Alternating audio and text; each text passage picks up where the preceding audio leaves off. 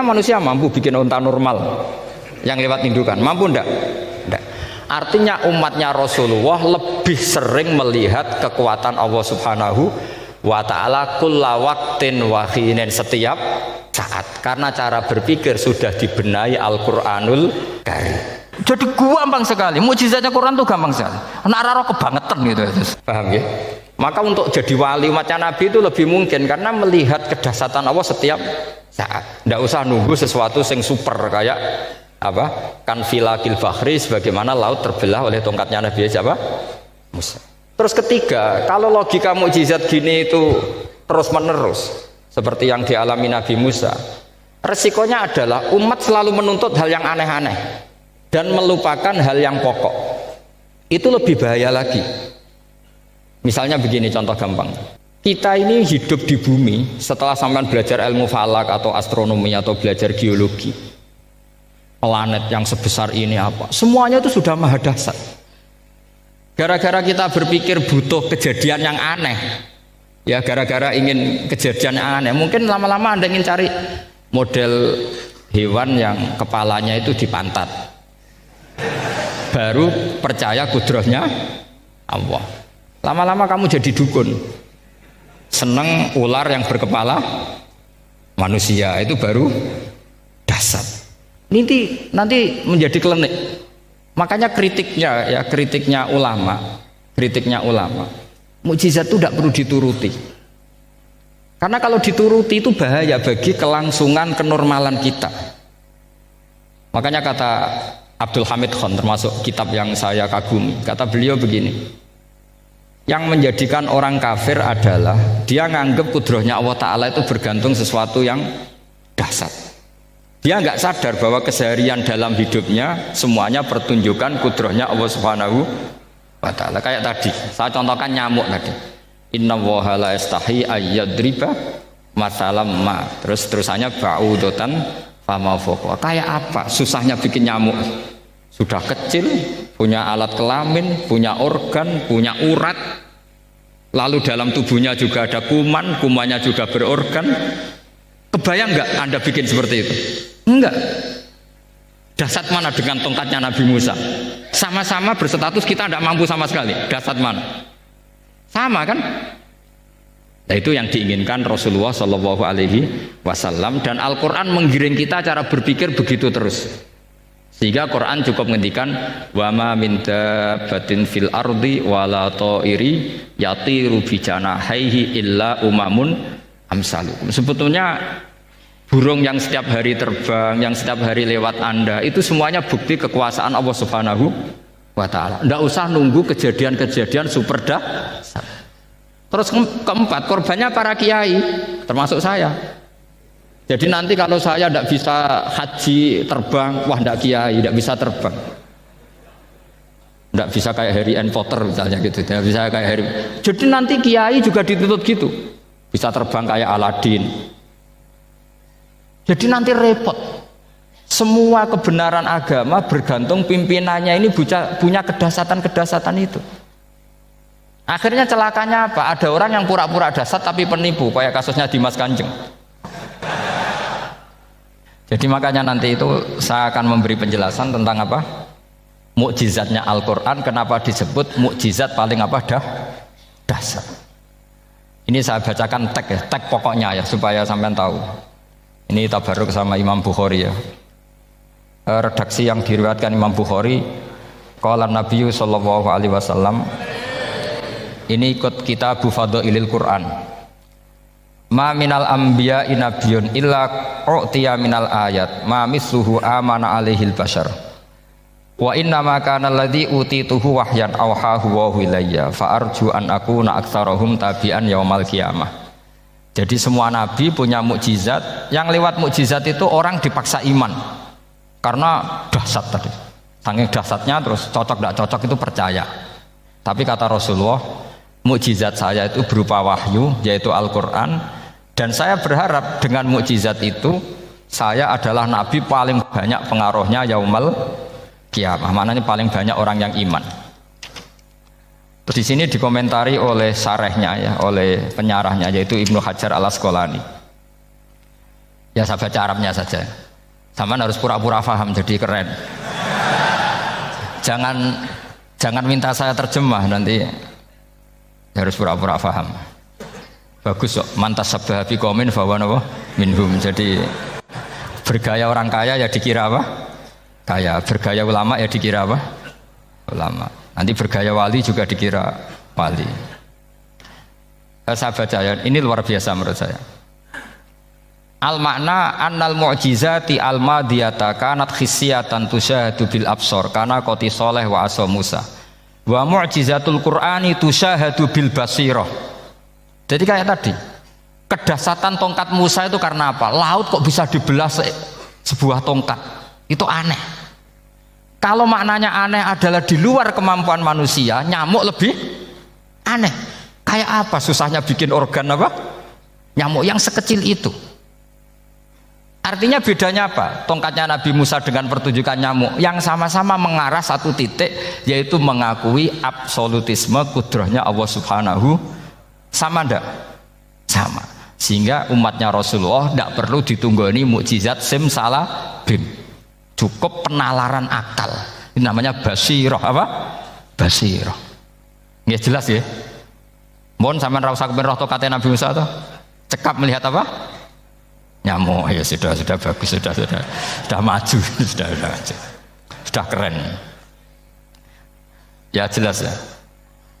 Li'annal ladzi yushahadu bi ainir ra'si yang qaridu binqiradi musyahidihi walladzi yushahadu bi ainil aqli baqin yushahiduhu kullu man jaa ba'dal awwali mustamirron. Sesuatu yang dipertontonkan lewat sesuatu yang fisik kayak tongkat Nabi Musa, itu yang percaya langsung tentu yang melihat. Setelah itu ada yang percaya, ada yang enggak. Bisa saja itu hoax, bisa saja macam-macam. Tentu yang nggak percaya tentu salah ya, kita sepakat. Tapi tetap saja yang nggak menyaksikan itu bisa saja nggak percaya, paham ya? Tapi logika kedahsyatan nyamuk, siapapun yang punya nalar percaya. Artinya giringan Al-Quran untuk melihat mukjizat itu kedahsyatan Allah bikin nyamuk itu abadi ila yaumil kiamah. Dan siapapun yang waras akan ikrar dan tetap menyaksikan, karena insya Allah ada nyamuk terus ila yaumil kiamah. Itu kan teman tidur kita, paham? Makanya kamu kompromi dengan nyamuk. Sekali-kali jangan dicaplek. Ini ayatnya Allah. Ya bila perlu dicium, dielus-elus gitu. Karena saya yakin yang hadir di sini andekan melihat tongkatnya Nabi Musa kira-kira dilus-elus enggak? Kira-kira? Andekan loh, kamu punya kesempatan melihat tongkatnya Nabi Musa, gimana? Dilus-elus, dikai mori.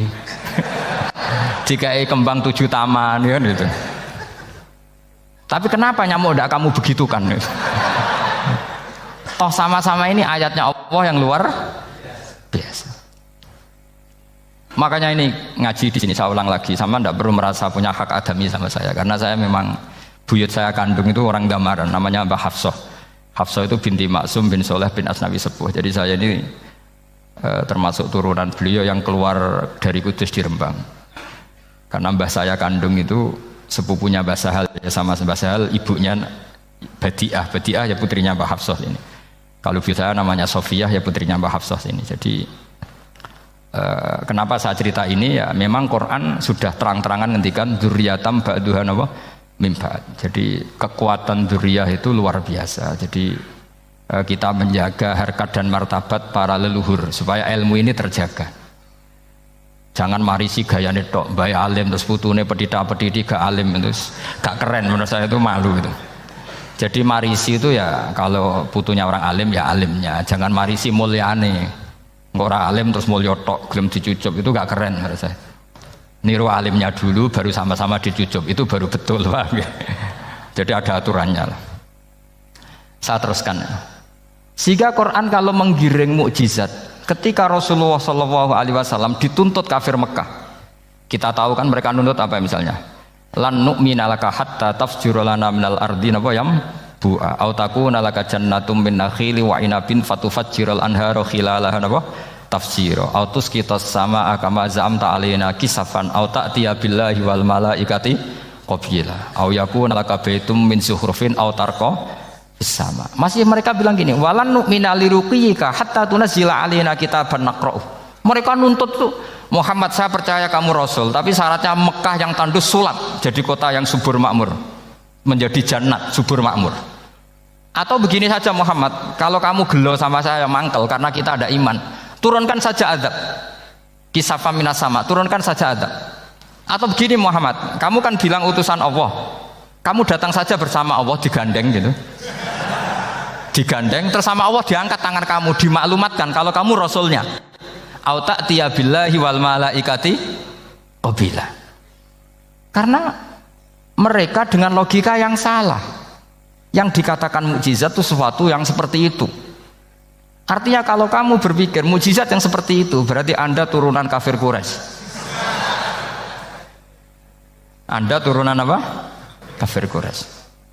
Maka gak boleh berpikir mujizat seperti itu. Nyatanya Allah cukup menjawab dengan ayat wa ma min dabatin fil ardi wala ta'iri yatiru bi janahihi illa umamun amsalukum. Dijawab lagi inna fi khalqis samawati wal ardi waqtilafil laili wan nahar wal fulkil lati tajri fil bahr saturuse la ayatil liqaumi yakin. Semudah itu kita iman kedahsyatan kudrahnya Allah.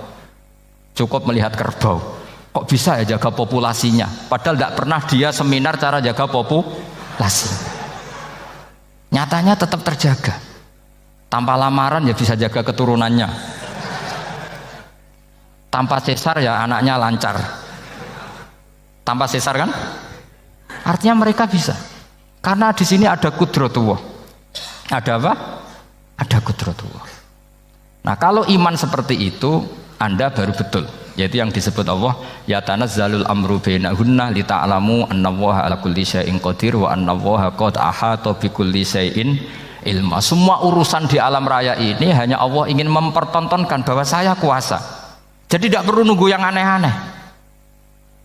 Sehingga andaikan saya ketemu Nabi Musa dan ketemu Rasulullah Muhammad SAW, pasti saya milih Nabi Muhammad sebagai ketua. Karena Nabi Muhammad yang bikin sarana iman dengan sarana yang seluas-luasnya, dan sarana ini tidak habis dan ada di mana saja, yaitu sarana ikrar bahwa Allah kudroh dan kudrohnya tanpa batas. Nabi bikin sarana apa saja, melihat langit, bumi, lautan, nyamuk, hewan, semuanya sarana untuk ikrar kudrohnya Allah Subhanahu wa ta'ala. Sementara Nabi Musa mempertontonkan hanya nunggu mukjizat sing khariqun lil adat.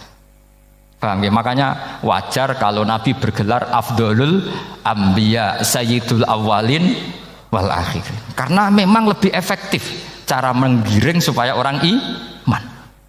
Sekarang sudah tahu kenapa Nabi jadi Sayyidul Awwalin wal Akhirin? Sudah. Mungkin kemarin-kemarin tahu tapi gak tahu logikanya. Pokok iman. Selewat ke musola ngaji iman. Itu iman yang kurang betul itu, karena tanpa nadzor. Itu namanya taklid yang statusnya mukhtalaf alaih, masih disidangkan di MK, paham ya? Iman. Jadi iman taklid itu iman yang masih disidangkan oleh para ulama. Ada hakim yang bilang sah, ada hakim bilang tidak sah. Tanya anak-anak Qudsiyah.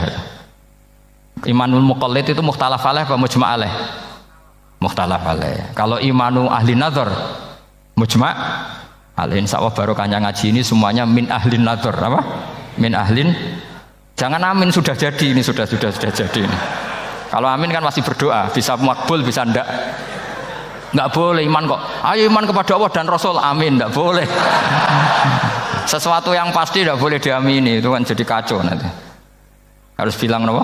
Sami'na wa ta'na. Nanti lama-lama kamu disuruh Allah, ayo sholat, amin.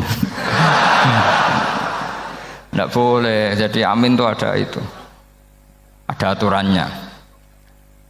Tapi bukan berarti saya nyalahkan jenengan, enggak. Ya memang salah gitu. Jadi kan. Ya usah saya memang statusnya salah. Ya saya ulang lagi ya. Berarti Rasulullah adalah Rasul yang sukses membuat sarana orang kembali ke Allah, mengakui kudrohnya Allah dengan sarana apa saja. Melihat rumput, melihat hewan, dan hewan itu ya apa saja. Gabah itu apa saja. Hewan yang melata di bumi apa saja, semua bukti kudrohnya Allah. Bahkan Rasulullah sukses membiarkan umatnya nggak ditunggui beliau tetap iman. Mergo ditunggui konsep sing super, gini kok Al-Qur'anul Karim. Jelas ya? Tapi caranya memahami ya seperti yang saya terangkan ini. Ya saya baca lagi ya yang jadi annal mu'jizati pakai jama' mu'annas salim, annal mu'jizati al-madiyata, mukjizat-mukjizat yang sudah kelewat itu kanat khisyatan, bersifat fisik, tusyahadu bil absor, hanya bisa dilihat dengan mata kepala, karena qoti soleh wa aso Musa, wa mu'jizatul qur'ani tusyahadu bil basirah, sementara mukjizatnya Quran disaksikan dengan mata hati, dan setiap orang punya mata hati. Fayakunu man yattabi'uhu li ajliha aksar li annal ladzi yusyahadu bi ainir ra'si yang qaridu bingkiradi musyahidihi walladzi yusyahadu bi ainil aqli baqin yusyahiduhu kullu man jaa ba'dal awal mustamirron.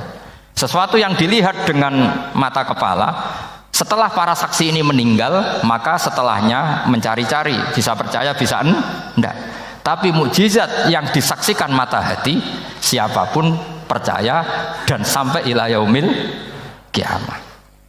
Dan tentu Quran lebih unggul dalam hal ini. Dan insya Allah kita semua adalah ahli Quran. Yaitu harus punya kesimpulan falamma tabayyana lahu qala a'lamu annallaha ala kulli syai'in qadir. Sebagian ayat walita alamu annallaha ala kulli syai'in qadir wa annallaha qad ahata bi kulli syai'in ilma. Itu kenapa mukjizat Al-Qur'an dasar. Itu yang gampang-gampang ya, melihat nyamuk, unta, kerbau itu yang gampang. Anda tak naikkan kelas sedikit menjadi agak ilmiah.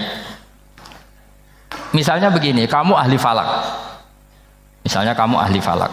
Misalnya kayak Batu Rehan ya. Itu pasti tahu kalau matahari dan rembulan dibikin Allah itu asyamsu wal qamaru bi husban, bahwa matahari dan rembulan dibikin ini untuk hisab. Walladzi ja'ala syamsa diya wal qamara nura wa qaddarahu manazila li ta'lamu 'adada sinina wal hisab. Sehingga ketika ternyata betul samsiyah bisa dihitung menjadi tahun samsiyah, yang oleh bahasa milenial disebut Masihiyah.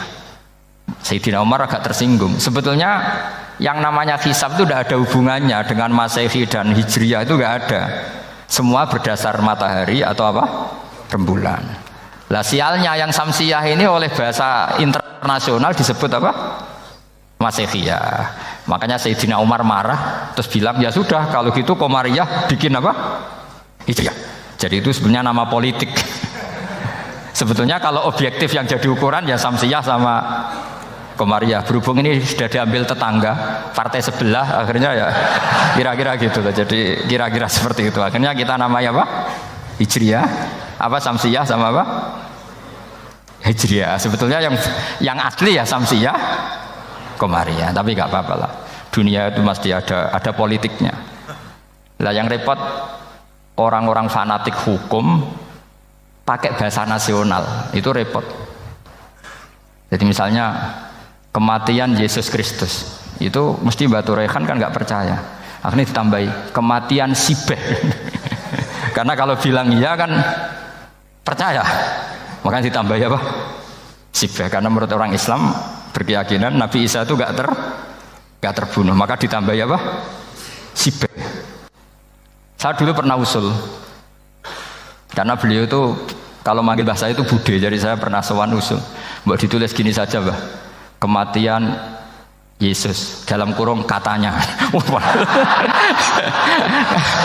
Tapi mungkin terlalu vulgar ya, jadi akhirnya dibikin apa? Sibeh ya. Di kalender Kudus kan apa? Sibeh ya, ditambahi Sibeh. Ya nggak apa-apa lah, yang penting keyakinannya masih benar gitu. Jadi masih benar. Kalau usulan saya terlalu ekstrim, masa dikasih apa? Katanya. Ya karena memang begitu kan, kita berkeyakinan Nabi Isa itu gak terbunuh. Wa ma qataluhu wa ma sholabuhu walakin syubbihalahu. Jadi ini saya teruskan ya. Ini paling masih seberapa jam ini.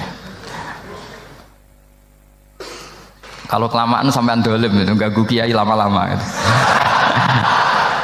Saya tadi sudah bilang sama panitia, orang Indonesia itu gak sopan. Kalau suka kiai itu didatangkan. Itu agak masalah sebetulnya. Dalam etika itu masalah. Kalau seneng kiai ya sowan ngaji. Jangan sowan di dalam, itu ganggu ya, sowan ngaji saja.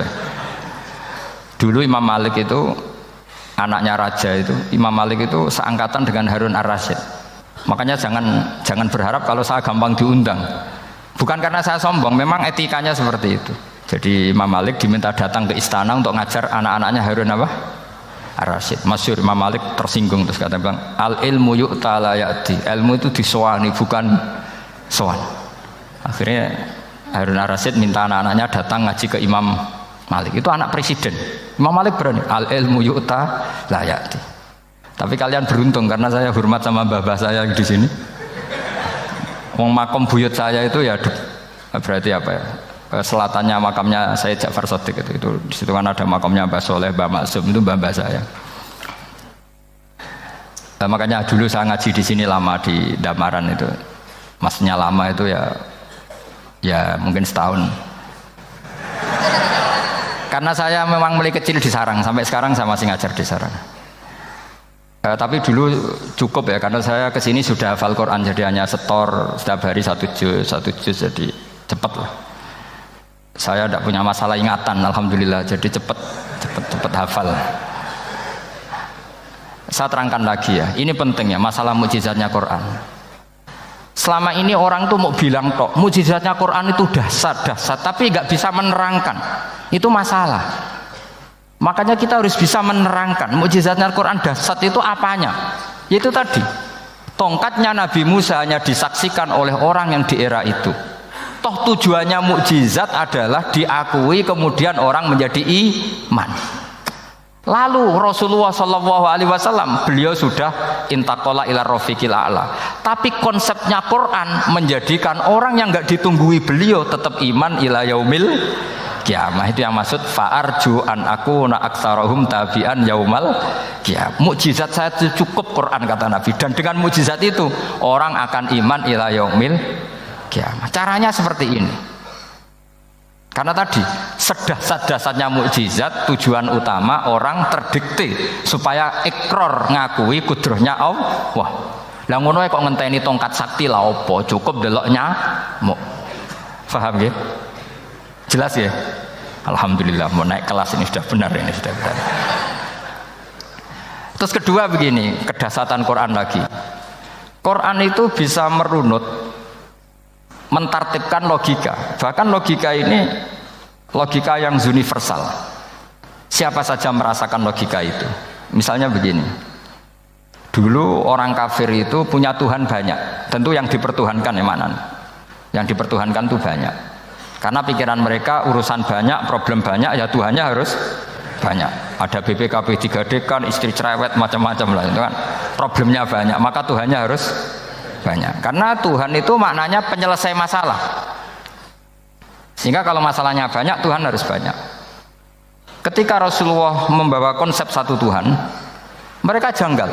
Makanya mereka bilang, aja'alal alihata ilaha wahida inna hadza lasyai'un ujab. Masa Tuhan satu? Ini aneh, nggak bisa. Tuhan harus banyak, karena masalah kita banyak. Itu terpatri, di otak mereka terpatri. Lalu Nabi dengan santai diajari Allah menerangkan, andaikan kalian punya majikan banyak dan perintahnya beda-beda, kamu suka enggak? Ya enggak suka, mat, enggak enak. Punya majikan banyak itu udah enak.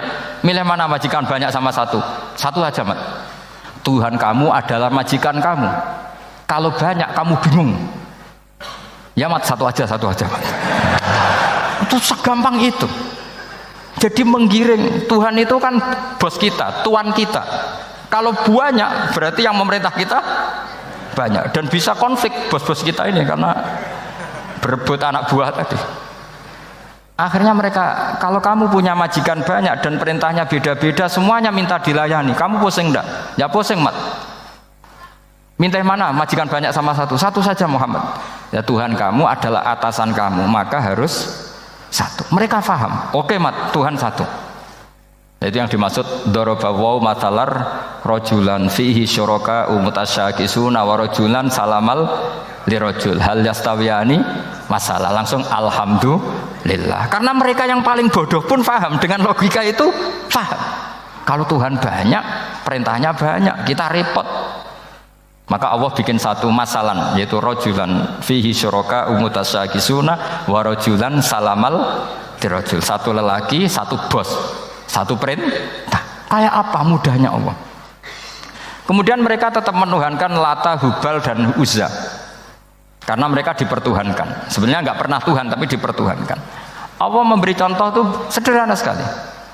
Wa daraballahu mathalar rajulaini ahaduhuma abkam la yaqdiru ala syai'in wa huwa kallun ala maulah aina ma yuwajjihu la ya'ti bi khair hal yastawi huwa may ya'muru bil adl. Kata Rasulullah, Lata itu menurut kamu apa? Ya Tuhan kami. Muhammad, Hubal ya Tuhan kami, Uzzah ya Tuhan kami. Lalu kalau mereka kotor ya saya mandikan, kalau hidungnya coplok ya saya tata. Terus kata Rasulullah begini, kamu mau nggak punya budak atau pembantu yang buta, tuli, bisu? Kamu mau nggak punya pembantu loh ya, pembantu itu budak zaman dulu. Kamu mau nggak punya pembantu yang buta, yang tuli, yang bisu? Wah gak doyan mat, nggak apa pembantu ngono itu. Lah pembantu saja kamu tidak mau yang gitu, kok malah punya bos begitu? Orang yang tuli, yang bisu, yang kopok, jadi pembantu saja nggak layak, kok malah jadi pangeran. Paham ya? Arca dan berhala itu kan nggak bisa apa-apa. Kamu mau gaji ngasih THR pembantu yang kopok, bisu, picek, mau? Wong jadi pembantu saja nggak sah, kok mau jadi apa? Tuhan atau jadi majikan? Jadi Allah bikin contoh gampang sekali. Wa daraba mathalar rajulaini ahaduma abkam la yaqdiru ala syai'in. Enggak bisa apa saja. Wa wa kallun amala maulah, anane ngrepoti tok. Inama yuwajjihu la yati bi khair. Mudah sekali. Akhirnya mereka berbondong-bondong iman karena logikanya ditata oleh logika Al-Qur'an. Makanya agama ini sebenarnya nggak pernah datang dengan kekerasan, itu tidak pernah. Bil hujjah, dengan argumentasi. Itu disebut qul falillahil hujjatul balighah. Nah sekarang orang rapati soal argumentasi, senengane neror. Nah, itu rapati ngaji. Sebenarnya agama ini mudah. Ad-dinu yusrun, agama ini mudah, logikanya gampang. Untuk tidak menuhankan Yesus atau Isa, Quran juga datang dengan penjelasan yang nggak jelimet, yang gampang saja. Kata Allah, mal masihu ibnu maryam illa rasul qad khalas min qablihir rusul wa ummuhu siddiqah kana yakulanit. Paham? Kok arani pangeran piye? Nek mangan ya lesu. Kamu kebayang nggak misalnya punya Tuhan terus mbok gratisi pas marung. Terus kamu bangga, alhamdulillah tadi habis ngratisi Tuhan. Tadi kelihatannya kelaparan, tak gratisi, senangnya bukan main. Kamu mau punya Tuhan yang seperti itu? Mau? Nggak mau kan? Allah menjelaskan karena ya kulanit kuduyan sego, artinya nak orang mangan yo lemes. Pas kamu minta ternyata Tuhannya baru lemes. Jadi Quran itu tidak sinis gak, tapi menggiring logika bahwa ini tidak mungkin Tuhan. Wong karena ya kulanit gampang kan? Itu gampang sekali, logika Quran itu gampang sekali. Dan masalahnya kita sekarang tidak mengkaji Quran yang sisi ini. Ya termasuk kritik kita ya, tapi ya sudahlah, ini dunia ya macam-macam. Ono sing ngaramno lomba, ono sing mendukung lomba, macam-macam. Saya tidak dalam posisi mendukung dan menolak. Saya 0-0, jadi tidak ke kanan tidak ke kiri dalam konteks tadi. Karena ya sudahlah, itu sudah takdir, semuanya takdir. Ada yang setuju lomba, ada yang mengharamkan apa? Lomba. Tapi sebetulnya kalau kita berpikir Quran diturunkan ya untuk yang saya terangkan ini, menjaga logika agama al-hujjah al-balighah ila yaumil kiamah. Karena kita tidak perlu tongkat lagi Nabi Musa, nggak perlu ontanya Nabi Soleh. Cukup dikawal aturan-aturan iman yang cukup mudah dan kita temukan di mana saja ayat-ayat itu. Yaitu wa ma min dabatin fil ardi wala ta'iri yatiru bi janahihi illa umamun amsalukum, atau inna fi khalqis samawati wal ardi, dan seterusnya. Dan cara berpikir gimana Gus? Gampang tadi. Kalau tongkat Nabi Musa membelah laut adalah hal yang kita tidak mampu. Memangnya kita mampu bikin langit bumi? Tidak mampu kan? Berarti ini sudah cukup menjadi ayat kekuasaannya apa? Jelas kan? Maka mukjizat Quran ini mengawal umatnya Rasulullah Sallallahu Alaihi Wasallam ila yaumil kiamat dengan logika seperti itu. Saya ulang lagi, dengan logika seperti itu. Maka ulama nggak boleh berhenti seperti saya ngomong terus seperti ini. Makanya ngendikane Allah, lam yakunil ladzina kafaru min ahlil kitabi wal musyrikina munfakkina hatta ta'tiyahumul bayyinah. Bayyinah itu apa? Rasulun minallah yatlu suhufam mutahharah. Orang kafir semuanya kata Allah, baik berkategori kafir musyrik maupun kafir ahli kitab, itu tidak akan tercerabut dari akar kesalahan mereka, dari cara berpikir mereka, hatta ta'tiyahumul bayyinah, sehingga datang satu kejelasan yang jelas welo-welo. Itu apa? Rasulun minallah yatlu suhufam mutahharah, yaitu rasulnya Allah yang membaca sahifah-sahifah suci, maknanya Al-Qur'an. Untuk menafikan ketuhanan berhala, ketuhanan Yesus, kita cukup dengan konsep Quran. Kayak tadi kana ya kulanit, termasuk untuk menafikan Tuhan balita, paham ya? Tuhan apa? Fir'aun. Ini contoh terakhir. Sampai siap-siap saja selesai. Karena saya memang mau selesai ini, bukan guyon, memang mau selesai. Karena menurut saya mukjizatnya Quran itu jelas. Jadi diterangkan seperempat jam ya jelas, 10 menit ya jelas. Kalau kamu butuh lama, berarti kamu menyaksikan kejelasan Al-Quran. Dan itu kriminal besar. Itu. Kalau nggak boleh dibahasakan murtad besar, ya kriminal apa besar. Nggak guyon, betul itu. Saya tadi mau nyontohkan apa tadi? Tuhan balita ya. Fir'aun itu berdebat sama Nabi Musa. Singkat debat begini. Kalau nggak salah di J19, kalau nggak salah di surat Syu'ara. Dicari sendirilah. Pertama ditanya gini, Musa, kamu kesini ada apa? Ya bawa konsep Tuhan. Yang jelas itu tidak kamu ya. Lalu Tuhan kamu siapa? Rabbus samawati wal ardi, yang menuhani langit dan bumi. Si Fir'aun masih berkelit. Begini, soal yang di bumi, saya jalan-jalan kemana-mana, setahu saya yang jadi Tuhan saya.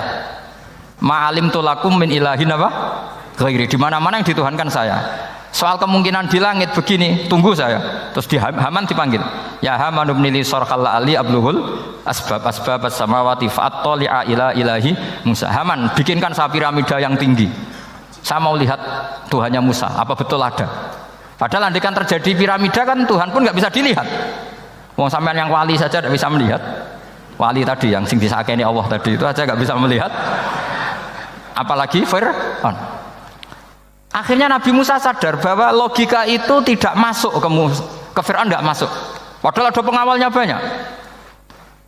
Dan karena semua Nabi fatona, itu ibarat mobil ganti gigi, ganti argumentasi. Gini saja, yang menuhani leluhur kamu, mbah-mbah kamu.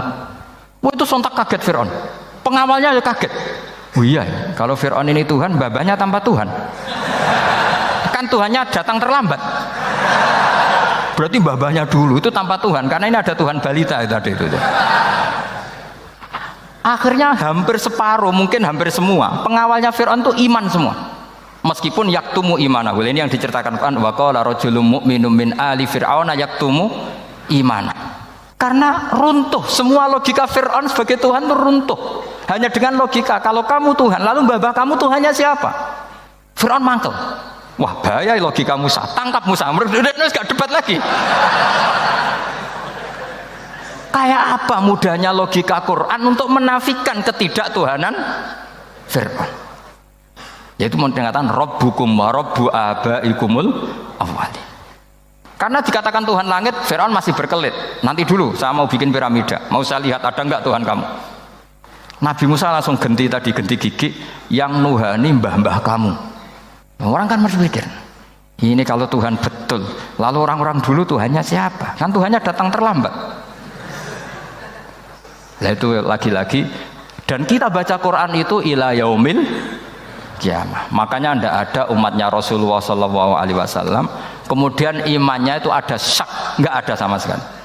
Karena dzalikal kitabu la raiba fihi mir rabbil alamin. Ya, mohon cekap ya. Ampun gampang nih masalah sama kalau masalah. Jadi karena kebenaran Quran itu adhar wa adhar, sangat jelas, sehingga nggak perlu butuh orasinya saya, sebenarnya nggak perlu. Saya yakin sampean sebelum saya terangkan ya sudah iman, sudah betul. Ini kan akal-akalan saja saya dimanfaatkan. Karena ya menurut saya itu ya sudah adharu min samsi dzohiro kalau dalam bahasa Arab. Kebenaran sejati itu lebih jelas ketimbang matahari di siang hari. Karena ya tadi logika. Ya saya tambah satu contoh lagi, semoga ini selesai betul. Kemudian Quran misalnya gini, sampean tak bedai. Kamu bisa melihat itu karena apa? Ini misalnya apa? Kertas yang saya bawa ini kan kuning. Kamu bisa melihat itu karena apa? Mata kan? Nah itu masalah. Karena melihat kamu dengan mata, sekali ini tak tutupi, kamu tidak tahu. Atau kamu jauh menjadi tidak tahu. Karena mata bisa terhalangi oleh jauh atau tertutupi. Beda dengan Allah. Allah itu kalau merumuskan tahu itu bukan karena melihat, karena menciptakan. Makanya Allah bilang ala ya'lamu man khalaqa. Apakah tidak tahu orang yang membuat? Misalnya ini, kertas ini kuning. Sama saya tak tutup begini. Kemudian kitab ini tak tinggal, saya datang ke Jakarta. Saya tetap tahu enggak kalau dalam ini ada kertas kuning? Tahu, karena saya yang menciptakan. Paham ya? Kamu bangun satu bangunan, di dalamnya ada besi ukuran sekian. Di situ kamu menyimpan emas setengah kilo. Setelah kamu pergi kemana-mana masih tahu enggak? Tahu, karena kamu yang menciptakan. Sehingga ketika kita janggal, masa Allah pirsa semua alam ini? Logikanya gampang, masa yang bikin tidak tahu. Makanya Allah bilang ala ya'lamu man khalaqa. Paham ya?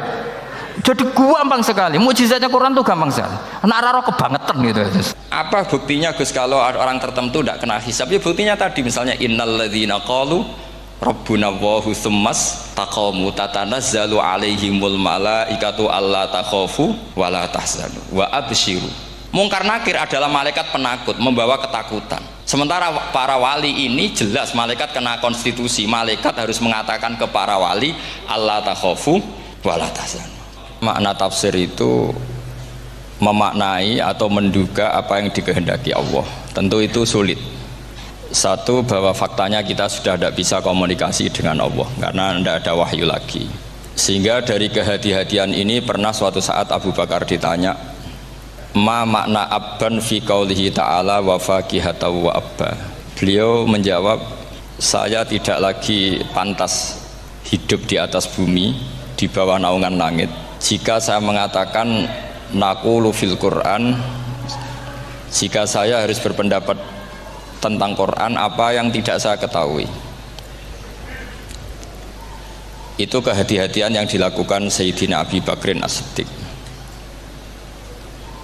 Tapi teori ini berbanding paradok, berbanding ekstrim ketika bahwa Quran itu diturunkan itu sebagai hudan, sebagai petunjuk. Kedua sebagai bayanan, sebagai penjelas.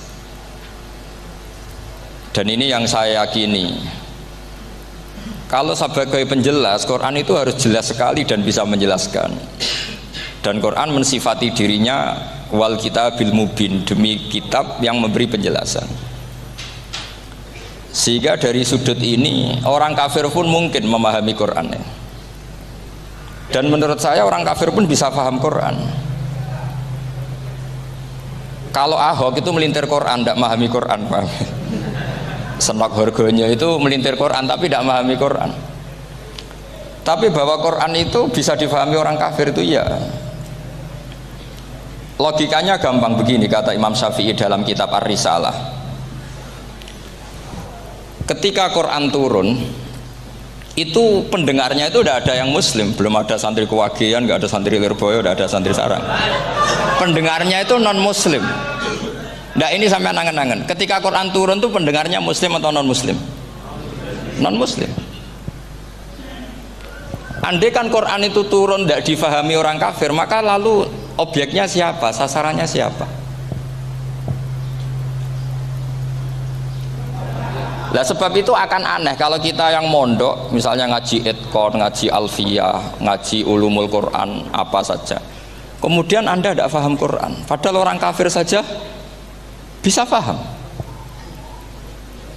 Nah ini tantangan bagi kita. Sing kafir wae iso paham Quran, masa kita santri tidak paham Quran.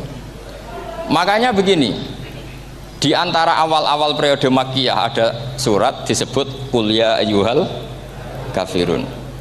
Katakan Muhammad ya ayyuhal kafirun. Karena mukhatabnya atau lawan dialeknya Nabi adalah orang-orang apa? Kafir. Mereka paham ketika dijelaskan Quran, paham. Dan sebagian mereka menjadi mukmin karena paham. Itu termasuk isi makalah yang saya utarakan di sini. Mereka tanya, ya Muhammad, siflana robbak amin dahabin amin nuhasin amin hajarin. Karena orang kafir jahiliyah itu punya tren yang namanya Tuhan itu fisik. Mereka punya Lata, punya Uzza, punya Hubal. Sehingga kalau Tuhan-Tuhan kita ini dari batu, Muhammad, katanya Anda punya Tuhan yang berbeda. Lalu Tuhan Anda ini dari emas atau dari perak. Turunlah ayat Qul huwallahu ahad Allahus somad. Lagi-lagi mukhatabnya adalah orang kafir. Makanya ini juga akhirnya jadi ilmu madhab, ilmu tentang firqah-firqah dalam Islam. Bahwa kesalahan terbesar orang Khawarij sebagaimana yang dikutip Imam Bukhari. Nanti saya mencari di juz 4 atau di juz 3, pokoknya di bab Babu Qitalil Khawarij, karena Imam Bukhari punya adat diulang-ulang. Kata Ibnu Umar yang dikutip Imam Bukhari, innahum intolaku ila ayatin nazalat fil kufar faja'aluha alal mu'minin. Orang-orang Khawarij atau kalau sekarang orang-orang radikalisme itu meneliti Quran, kemudian ketika ada kriteria manusia-manusia tertentu itu dianggap itu kenanya orang Islam, korbannya orang Islam. Padahal awal mula ayat ini turun untuk orang kafir atau kritikan pada orang kafir. Ini cilaka betul. Karena logikanya seperti yang dikatakan Imam Syafi'i, ketika Quran turun ini nggak ada orang Islam, yang ada orang kafir. Sehingga mukhatabnya adalah orang kafir. Tapi ayat-ayat ini nanti dipakai Khawarij untuk mengcounter orang Islam, sehingga mereka mudah mengkafirkan kita karena pakai ayat yang dari awal Allah mengkafirkan orang kafir, sekarang ayat itu dipakai mengkafirkan orang Islam. Ini saking gebleknya orang apa? Khawarij. Makanya kata kitab Fathul Bari yang menyarai Bukhari itu, yang mendorong orang Khawarij seperti itu adalah jahluhum bisyariah. Memang mereka benar-benar bodoh, benar-benar goblok. Misalnya kita kiai atau kita ma'arif atau kita santri atau kita orang soleh, kemudian kita tidak bisa melakukan apa yang kita katakan, terus kita oke lah, kita kena kritik misalnya atak murunan nasa bil birri wa tansawna anfusakum wa antum taslunal kitab. Terus kita katanya bisa ngomong tapi tidak bisa melakukan, terus dikritik dengan ayat itu mestinya tidak tepat.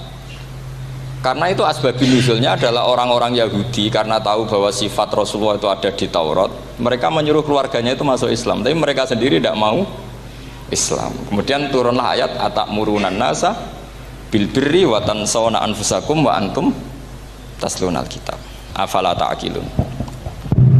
Sekarang perbandingannya begini, misalnya ada orang Islam, taruh saja Zaid itu maling, ya maling, konsisten dia malingnya sampai tua. Terus menurut Anda Zaid yang muslim ini, muslim, Zaid itu muslim tapi maling, jangan bilang maling tapi muslim, dia itu ya. Kemudian Zaid bilang ke anaknya, "Cung, kowe aja dadi maling, dadi santri sing soleh, sing maling bapak tok."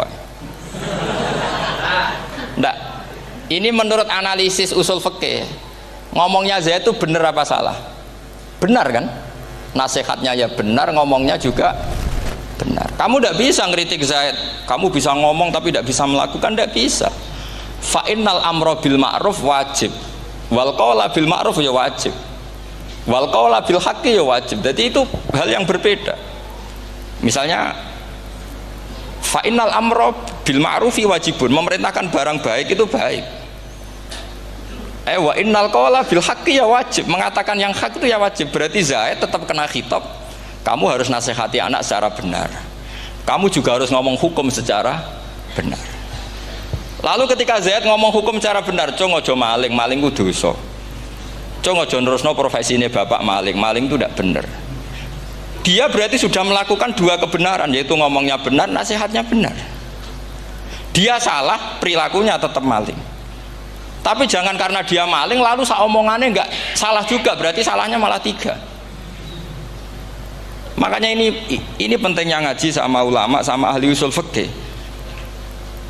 Jadi tidak bisa dicampur adukkan. Zaid gagal dalam perilaku, tapi jangan gagal lagi di nasihat. Nanti kalau dia tidak nasihati, maka anaknya terus maling, alasannya niru bapaknya.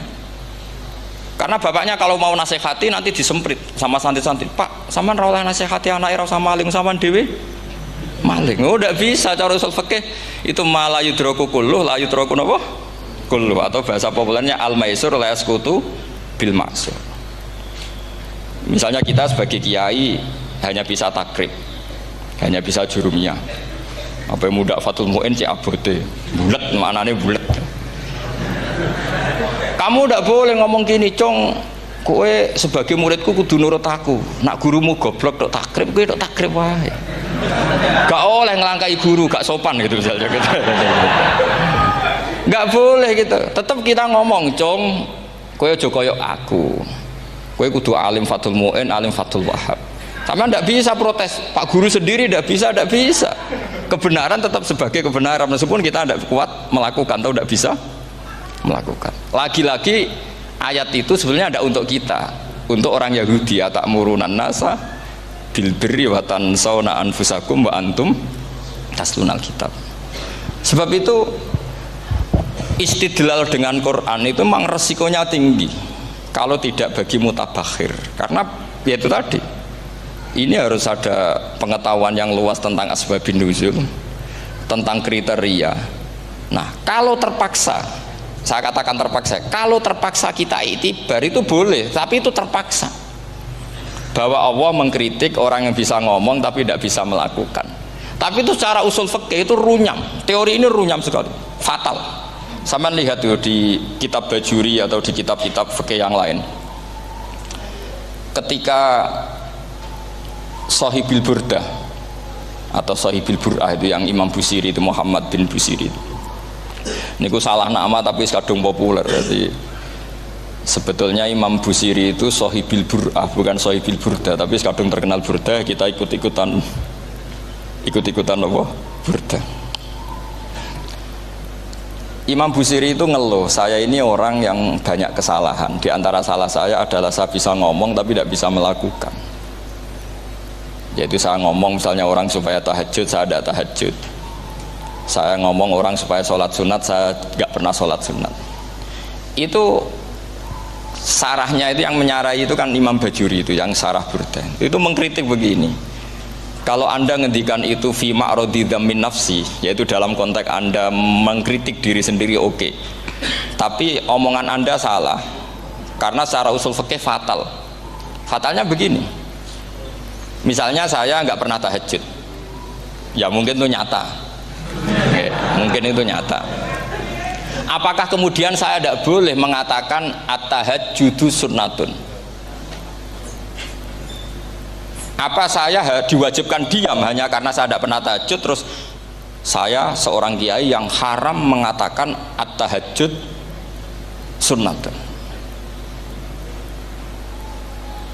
Saya harus tetap mengatakan kalau tahajud itu sunnah. Saya kalau punya santri tetap saya bilang, Cong, napas nganggur yuk tahajud itu sunat. Karena mengatakan kebaikan pasti bagian dari kebaikan itu sendiri. Makanya kata Imam Bajuri, fakaifa yakunul amru bil ma'rufi madhmuman. Bagaimana mungkin sesuatu yang jelas baik karena memerintahkan kebaikan madhmuman menjadi sesuatu yang tercela hanya karena yang mengatakan tidak melakukan. Fa innal fi'la ya amrun wal hukmu ya amrun akhar. Itu beda. Jangan karena Anda tidak minum teh karena diabetes, terus Anda kalau ada tamu tidak disuguhi teh. Karena saya sendiri tidak minum teh. Wah ya repot kalau gitu. Nah itu lagi-lagi tadi orang Khawarij salah ketika mengartikan ayat yang harusnya objek kritiknya itu orang kafir, kemudian Karena Quran lama sekali dibaca orang Islam sampai orang itu lupa kalau Quran awalnya turun diantaranya adalah membenahi akidahnya orang kafir, sehingga korbannya orang Islam. Itu mirip seperti cerita kita ya, santri-santri itu kalau punya musuh itu baca Hizib Nasor. Dulu pengarang Hizib Nasor itu musuhnya orang fasik, sehingga dihizib. Santri ora di musuh wong fasik, duwene kancane dhewe, akhirnya kancane yang kena hizib.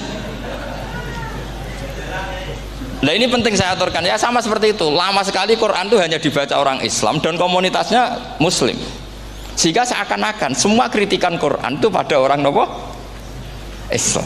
Padahal jelas Quran ada kul ya ayyuhal kafirun. Jelas mukhatabnya orang kafir. Sadaqata lakum dinukum waliyadin. Nah ini penting kalau aturakan. Makanya kalau melihat itu, Quran jelas bisa difahami orang kafir. Bahkan banyak orang kafir yang menjadi muslim karena faham maknanya apa? Faham maknanya Quran. Itu jelas sekali. Itu masyhur sekali dialeknya Nabi dengan Walid bin Mughirah, dengan Utbah, dengan banyak sekali, termasuk dengan Abu Jahal, dengan Abu Lahab. Bahkan orang-orang kafir Quraisy itu menyewa namanya Musailamah Al-Kadzab. Kalau di sini umumnya baca Musailamah apa Musailimah? Trennya di sini pakai fathah ya.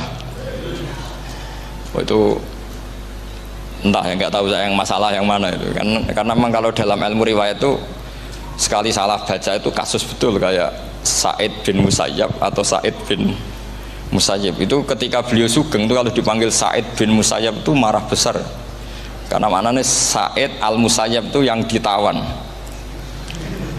Makanya beliau bilang sayyabatni Irak wa anal Musayyib. Orang Irak mengatakan saya ini ditawan, sebenarnya saya yang menawan mereka. Tapi al-masyhur itu dibaca Sa'id bin Musayyab, padahal dia tidak mau dipanggil Sa'id bin Musayyab, Sa'id bin Musayyab. Karena nama ini penting. Pentingnya begini, ini kata Rasulullah kalau sedang guyon, kata Nabi, mbok kamu itu sekali-kali mikir, kenapa saya ini diberi nama Allah Muhammad, katanya. Ini hadis sahih di Bukhari, ada di Kitabul Adab, banyaklah teks ini. Kenapa ya Rasulullah? Allah itu senang bingung wong kafir, kata Rasulullah. Karena Abu Jahal kalau manggil saya jadi bingung. Itu kalau orang Arab kan pasti tahu maknanya. Muhammad maknanya orang yang terpuji. Sehingga kalau Abu Lahab ngomong itu jadi paradok. Hei orang yang terpuji, kamu bohong. Kan jadi aneh. Ya Muhammad kadzabta. Hei Muhammad kamu bohong. Kalau diterjemahkan hei orang terpuji, kamu bohong.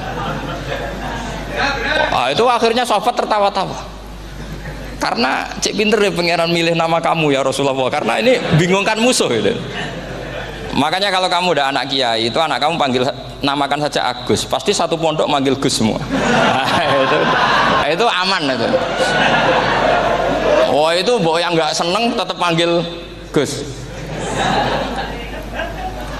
Karena kalau untuk Gus putra kiai kan butuh di bapak kiai, kan bapak es kadung rakyat gitu kan. Itu ada triknya, yaitu anaknya dinamain Agus.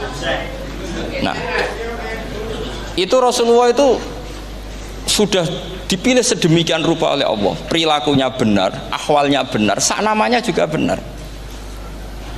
Sehingga ketika Abu Jahal, Abu Lahab tahu bahwa nama Muhammad ini problem, karena ini madah itu memuji. Sehingga mereka kalau mencari Muhammad tuh bilang ainal madmum, mana orang yang tercela. Terus orang-orang Quraisy tidak paham, kamu nyari siapa? Akhirnya mereka bilang, ana atlubu Muhammad, dan saya cari Muhammad. Akhirnya bilang Muhammad lagi. Nah, itu. Nah, Quran juga main di ranah nama. Sehingga Abu Jahal itu namanya kan Abul Hakam. Orang Islam dari awal memanggil Abu Jahal. Karena kalau sampai kita manggil Abul Hakam, kita akan mengalami paradok, ya Abul Hakam, hei bapak dari semua kebijakan, kamu begini kan kacau. Makanya itu dari sini orang nggak boleh salah apa? Salah nama. Ini penting kalau aturakan, karena kadang menganalisis Quran itu satu bilisanin Arabi mubin, kata Imam Syafi'i, wa innahu latanzilu rabbil alamin nazala bihir rohul amin ala qalbika litakuna minal mudhirin bilisanin Arabi mubin. Di antara, kata Imam Syafi'i ini, di antara aturan pokok memahami Quran adalah dia malian bil arabiyah, dia sangat-sangat menguasai bahasa Arab. Itu masyhur dalam dialog Imam Syafi'i. Saman kalau ngaji takrib atau Fathul Mu'in, syarat sahnya tayamum lil musafir itu apa? Tolabul ma, mencari apa? Air. Sampai kalau di takrib dicontohkan, kalau di tempat atas nyari ke bawah, kalau ke bawah nyari ke atas. Imam Syafi'i ditanya, kaifa taqulu bi syartit tolab? Bagaimana Anda berpendapat bahwa tolabul ma itu wajib untuk menjadi sahnya tayamum? Terus Imam Syafi'i faqara'a falam tajidu ma'an, kamu pergi kemudian falam tajidu ma'an, kamu tidak menemukan air. Terus Imam Syafi'i mengatakan la yuqalu liman lam yatlub lam yajid wa innama yuqalu lam ya'rif, katanya. Orang yang nggak pernah mencari itu tidak bisa dikatakan lam yajid, tidak menemukan. Kalau belum mencari namanya tidak tahu. Padahal Quran bilang kamu pergi kemudian kamu tidak menemukan air. Tidak menemukan itu berarti harus mencari dulu baru dikatakan lam yajid, tidak menemukan. Kalau tidak pernah mencari namanya tidak tahu. Hanya gitu tok itu jadi ilmu bahwa tolabul ma itu wajib karena Allah mengatakan falam tajidu ma la yuqalu liman lam yatlub lam yajid wa innama yuqalu lam ya'rif. Orang dikatakan tidak menemukan berarti setelah mencari kemudian kesimpulannya tidak menemukan. Kalau belum mencari namanya apa? Tidak tahu. Nah, dari sini Imam Syafi'i istidlal wajib tolabul ma. Ini namanya malian bil arabiyah. Dia menguasai bahasa Arab. Begitu juga ulama-ulama sufi. Itu ada cerita Aba Yazid Al-Bustami, itu ada muridnya baca ayat wasiqal ladzina taqaw rabbahum ilal jannati zumara. Orang-orang takwa itu digiring menuju surga. Itu dia nangis. Muridnya kaget. Ini guru saya tidak benar, ini ada cerita surga tapi dia malah nangis karena ayatnya itu digiring. Terus kata Abu Yazid, mereka itu di mana saja? Masa ke surga saja butuh digiring? Ke surga itu kan nikmat, ngapain butuh digiring? Saya tidak mau, kata dia. Abu Yazid itu gak mau digiring ke surga, itu gak mau. Muridnya kan tambah kaget, memangnya mau neraka kan gitu pikirannya itu.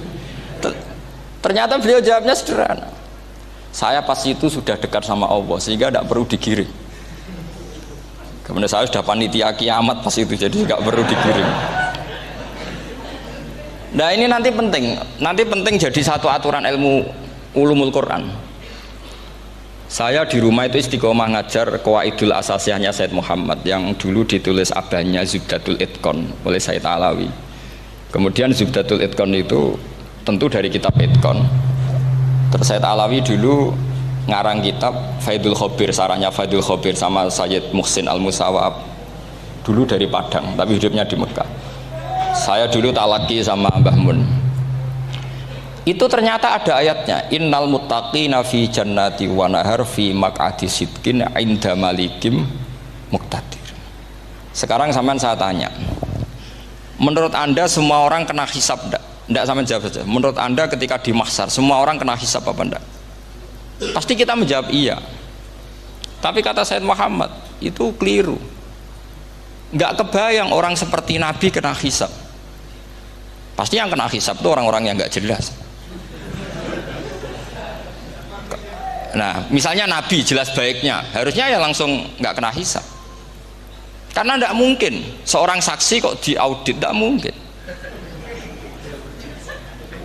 Lo saksi itu di pengadilan kan nggak tersangka, nggak terdakwa, dia tidak boleh diintervensi oleh hakim.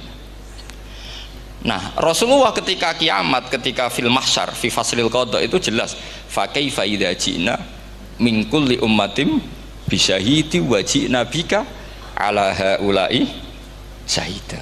Rasulullah sudah dekat Allah, pas mahsyar itu ada Allah, ada Rasulullah, ada Jibril. Kemudian Nabi itu mengidentifikasi, ditanya sama Allah, bener mat ini umatmu? Ya, niki umatmu ya. Kalau yang nggak jelas ya Nabi lama jawabnya. Makanya kamu jangan jadi orang nggak jelas. Nah, itu kalau sekali nggak jelas itu Nabi lama sekali jawab. Nah, artinya begini, yang kena hisab itu meskipun kata Said Muhammad, meskipun Dhahirul Quran itu menetapkan asbata umumal hisab, tapi zahirnya Quran yang sama juga menafikan hisab. Itu karena nggak mungkin, nggak kebayang kita malaikat berani menghisab afdhalul khalqi. Sampeyan bisa bayangkan malaikat mengaudit Rasulullah sallallahu alaihi wasallam. Ahabbal khalqi ilallah. Kepen cilaka mencit. Wong jejer Allah kabeh dinten audit sudah indah. Fa kaifa idza ji'na min kulli ummatin bisyahidi wa ji'na bika ala haula'i syahida. Lalu mungkar nakir juga sama. Sampean bisa bayangkan mungkar nakir tanya Nabi Muhammad. Tesnya susah. Karena kalau Rasulullah terus ditanya, "Waman nabiyuka?" Wah, itu kan bisa kiamat itu.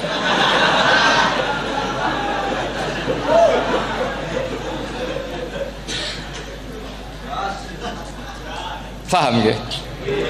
Makanya kata Sayyid Muhammad, ini kan teman-teman tanya, piye carane alim tafsirnya saja, sarannya satu hafal Quran, dua hafal Sahih Muslim, tiga semua orang sudah mati, tinggal kamu yang alim. Nah, itu, oh itu mesti aman itu.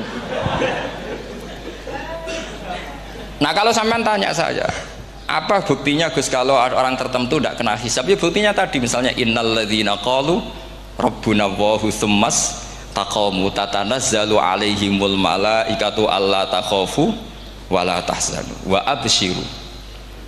Mungkar nakir adalah malaikat penakut membawa ketakutan. Sementara para wali ini jelas malaikat kena konstitusi, malaikat harus mengatakan ke para wali alla takhafu wala tahzanu. Padahal Nabi tentu sayyidul auli. Para wali saja malaikat kena aturan kamu harus bilang alla takhafu wala tahzanu wa absyiru. Hei para wali, kamu jangan susah, jangan gentar, kamu harus gembira. Kamu bisa bayangkan misalnya mungkar nakir bawa godok, kata orang kalau dipukul jul sak walang-walang. Kemudian kamu bayangkan si Abdul Qadir ngalami itu, Abdul Hasan Asadali ngalami itu, Abu Yazid Al Bustami. Kalau itu ngalami gitu semua, ngapain kita jadikan mursyid? Kan sama nasibnya dengan kita. Nah, Zahirul Quran mengatakan asbatal hisabah. Tapi Zahirul Quran di ayat yang lain lam yusbit al hisabah. Makanya tadi umumul Quran juga ditaksis dengan muqayyid. Yang mutlak ditaksis dengan yang muqayyad. Yang mujmal ya sama seperti itu, aturannya seperti itu, ditafsir sama yang mufassal. Sama orang kafir yang jelas, sampean bisa bayangkan malaikat ngaudit Fir'aun. Cek kurang penggawean nih. Jelas eleke kok di audit. Misalnya Abu Lahab di audit, oh malaikatnya celaka mencit. Berarti dia gak percaya sama pernyataan Tuhan tabat yada abi lahabiu. Malaikat kok ngaudit Abu Lahab. Mungkin Gusti kula ceke. Nak menawi wonten api. Lho ki ora tau ngaji Quran tapi wong ayate tabat yada kok cek di cek. Nah, yang seperti ini masuknya kategori ulaikal ladzina satruse, mereka yang kafir bi ayati rabbihim wa liqaihi fahabitos a'maluhum fala nuqimu lahum yaumal qiyamati wasna. Jadi ada orang-orang kafir yang jelas kena aturan fala nuqimu lahum yaumal qiyamati wasna. Jelas kafirnya ya gak kena hisab, yang jelas nabinya, jelas wasinya juga gak kena hisab. Yang kena kita di tengah-tengah. Tapi ilmu itu ikut mainstream karena semua orang bilang ada hisab ya kita ikut-ikutan bilang, ya sudah gitu saja. Tapi kalau aslinya ya rapati percaya. Umumnya uang gerono mati ditalkin ya kita melok-melokan nalkin. Tapi kalau kadang ya gak kebayang. Piye nak wali-wali ditalkin. Makanya ada di dunia wali itu ada cerita Rabi'ah Adawiyah, itu termasuk keramat beliau itu. Kali Imam Sibawi kan dalam cerita wali kan ditanya marrobuka, ngapunten niku man mausul napa istifham. Wah itu malaikatnya tidak pernah khataman alfiyah kan repot. Kalau Rabi Adawiyah lebih parah lagi, itu beliau tuh nangis sekeras-kerasnya, nangis terisak-isak, dia tersiksa. Ya Allah, engkau itu zat yang paling saya kenali dan harusnya semua makhluk itu kenal engkau, tapi ini hamba engkau tanya engkau itu siapa ya? Itu kan ini orang aneh kata gitu. Karena Allah itu adharud dzahir, kata sampai Imam Sibawi silakan a'raful ma'arif. Jadi wong ora ora wis geblek tenan dari Imam Sibawi. Imam Sibawi kan atas nama dia pakar nahwu pertama mengatakan Domir paling makrifat di antara 6 isim makrifat, paling makrifat itu domir. Tapi meskipun gitu a'raful ma'arif Allah, yang paling makrifat dari sekian isim makrifat itu Allah. Artinya satu nama yang orang harus kenal semua. Makanya di antara keramat beliau ketika ditanya wong kok ora tau ngaji fikih men ngaji nahwu wae, gak tahu dia ngaji carane sesuci, carane iddah to, gak tahu ngaji nahwu. Terus dia tanya bima fa'ala rabbuka, lalu Allah memperlakukan kamu gimana? Terus kata Imam Subabeh, ghafaroli, Allah mengampuni saya karena saya orang yang mengatakan Allahu a'raful ma'arif. Ini penting kalau aturakan. Jadi makanya kalau sampean tanya caranya ilmu alim gimana, ya satu tadi, kalau sampean masih banyak orang hidup, syaratnya kamu harus hafal Quran, hafal hadis, hafal sekian ribu hadis, hafal sekian ulumul Quran. Itu kalau masih banyak orang hidup. Kalau sudah kamu sendiri hidup, ya sudah, pokoknya isokulhu ya salim sendiri, kan nggak ada saingannya ini. Makanya kata Said Muhammad, beliau mengatakan kita meyakini umumal hisab ya berdasar zahiril Quran, kita menafikan umumal hisab bahwa hisab hanya yahtassul liqaumin duna qaumin juga berdasar zahiril Quran. Kita percaya semua mayat ditanya mungkar nangkir ya berdasar zahiril ahadis. Kita tidak mengumumkan teks ini juga berdasar zahiril hadis, karena malaikat mungkar nakir juga malaikat, berarti dia kena aturan kalau ketemu para wali Allah takhafu wala tahzan. Faham sih kalau maksudnya? Ini penting kalau aturakan. Jadi makanya aspeknya sampean bisa memulai kalau ingin jadi orang alim tafsir, bisa mulai dari yang mudah saja, yang fikih saja. Makanya kata Imam Ghazali, kenapa Mu'tazilah jadi segoblok itu? Karena dia tertipu oleh umumatul Quran, oleh teks-teks umum. Dia tidak tahu mukhassisnya. Padahal setiap ayat umum itu pasti ada mukhassis. Misalnya begini ya, kalau kamu maknanya fikih saja, contoh yang paling mudah familiar itu fikih ya. Misalnya kita ngaji Quran, wal mutallaqatu yatarabbasna bi anfusihinna salasata quru. Kalau orang dicerai, itu iddahnya itu 3 kali masa napa? Suci. Apakah aturan iddah seperti ini hal hadhil iddah amatun likulli mutallaqatin am li mutallaqatin makhsusah? Apa ini semua mutallaqah iddahnya pasti salah satu quru, apa orang tertentu? Ya enggak, asal dia mutallaqah pasti iddahnya salah satu quru. Anda goblok, Anda salah besar. Kalau misalnya yang dicerai adalah orang hamil, iddahnya apa? Salah satu quru apa watil hamli? Watil hamli. Kita butuh ayat lain, wa ulatul ahmali ajaluhunna ayyadna hamlahu. Sama seperti kita ngaji walladzina tawaffawna minkum wa yadharuna azwajan yatarabbasna bi anfusina arba'ata asyhurin wa asyra. Asal wanita ditinggal mati suaminya, maka iddahnya 4 bulan 10. Apa semuanya demikian? Enggak. Misalnya orang hamil iddahnya biwatil hamil. Artinya kalau Anda tertipu umumatil Quran, berarti Anda sama dengan menghukumi orang ditolak semua iddahnya salah satu quru. Sama misalnya orang sekarang dalil-dalil wa may yatawallahum minkum fa innahu minhum. Kalau berkawan orang kafir, maka dia menjadi kafir. Itu kan fatal. Semua nabi berkawan orang kafir. Karena dakwahnya memang sama orang kafir. Lo coba, andai kan sampean hafal Quran, itu sama teori itu tuh mungkin menyedihkan. Coba istilahnya Quran, wadhkur akho'at wa ila adin akhawum huda wa ila samuda akhawum. Terus semua umatnya yang kafir disebut akhawum. Akhaw itu artinya apa? Saudara. Mereka yang berkawan sama orang kafir. Makanya butuh analisis fikih untuk maknani wa may yatawallahu minkum fa innahu. Setelah dianalisis fikih, ternyata semua nabi diistilahkan wa ila madyan akhahum syuaiba wa ila adin akhahum huda. Akhaw itu artinya apa? Saudara. Kalau sampean tanya, lalu logikanya gimana? Kata kitab-kitab kan wa in kana dasarin fajanibhu suratan. Kalau ada teman buruk, jauhi. Kalau teman baik, temani. Kalau cara usul fikih gampang. Kancanan maling dosa, wong kok kancane maling. Tapi nak dakwai maling apik kan?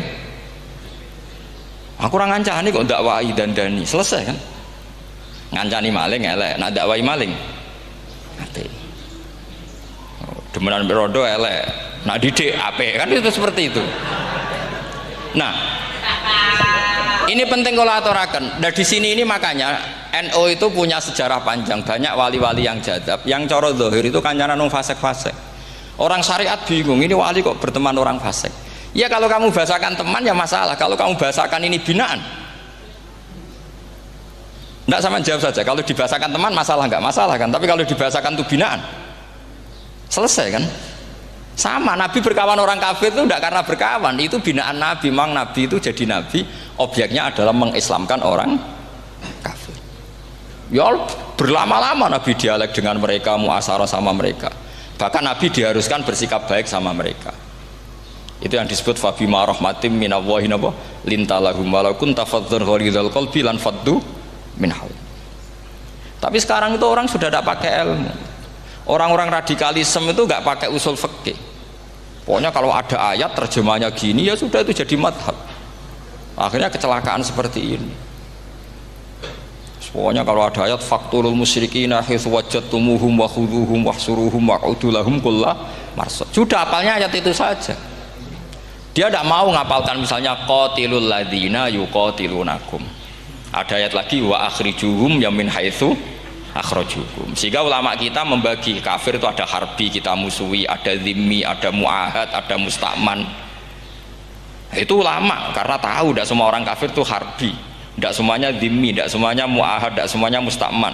Kalau harbi oke, kita perang, kalau zimmi ya kita bina, kalau muahad ya sesuai perjanjian kita, kompensasinya apa, MOU-nya kayak apa. Tapi apalnya mereka ayat satu tema. Nah celakanya kita yang ngaji di pondok-pondok yang katanya spesialis ingin alim tafsir, apalnya ya satu ayat juga. Wah itu kan satu ayat versus satu ayat, itu ngeri. Makanya kalau sama tanya saya, ini katanya di acara ini sama tanya gimana caranya jadi ahli tafsir, saya jawab gampang. Sebenarnya itu hafal Quran, hafal hadis, terus hafal ulumul Quran.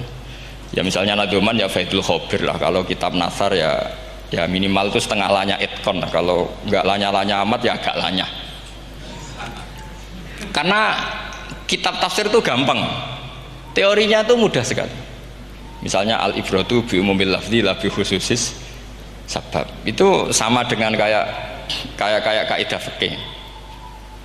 Karena kalau kaidah fikih itu saya itu pernah dibisui kiai itu, ini kisah nyata itu, dibisui kiai itu pas basul masail. Dulu saya itu masih sering mau basul masail, tadi mau pensiun buatan niku. Dulu saya dengan Gus Zofur putrane Mbah Mun itu sering makili Pondok Anwar basul masail fikih. Tapi tidak tahu ceritanya Gus Zofur jadi dokter tafsir, saya juga kok tahu-tahu menekuni tafsir.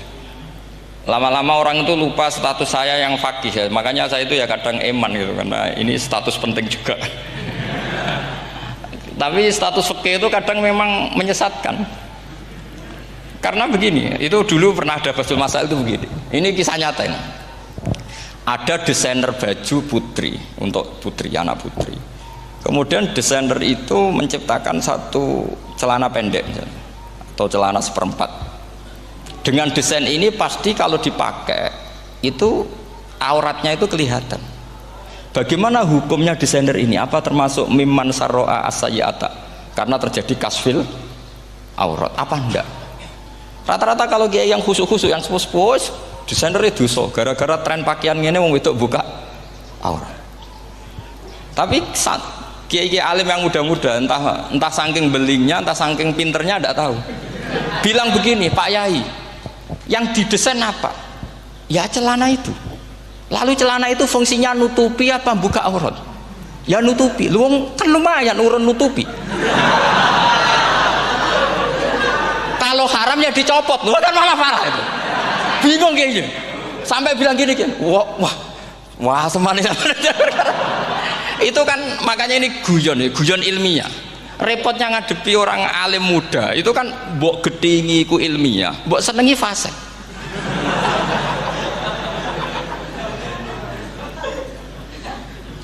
Ketika kiai yang khusyuk tadi tak tanya, kalau desainer katok seperapat,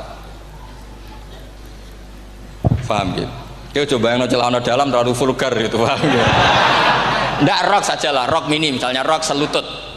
Sampean jangan ngeres ya, yang rok selutut misalnya. Rok selutut itu desainernya kena hukum haram enggak? Sampean jawab saja. Oh haram dari Kiai Sepuh karena dengan desain itu misalnya lututnya kelihatan.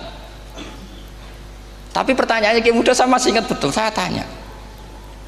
Lalu fungsi pakaian itu apa Pak Yai? Fungsi itu kan tetap nutupi sebagian aurat. Kalau Anda haramkan, barang haram itu harus dihilangkan. Nah, itu. Sampai Kiai itu setelah acara itu manggil saya. Gus, kalau ngakoni jenengan alim tapi ku podo repoti. Podo repoti ku nak dalam itu kan terus itu ada perumusan di redaksi keputusan yang dijual itu yang masail fikihnya kan terus diputuskan dibukukan. Kalau redaksinya halal Gus nanti orang pakai rok semua. Dan saya balik bantah kalau redaksinya haram orang nggak pakai rok lah. Akhirnya itu apa? Kebijakannya lucu. Buak we Gus, pertanyaan itu buak sak jawabannya oh nggih. Jadi kita debat tidak jadi. Ini cerita ilmiah. Makanya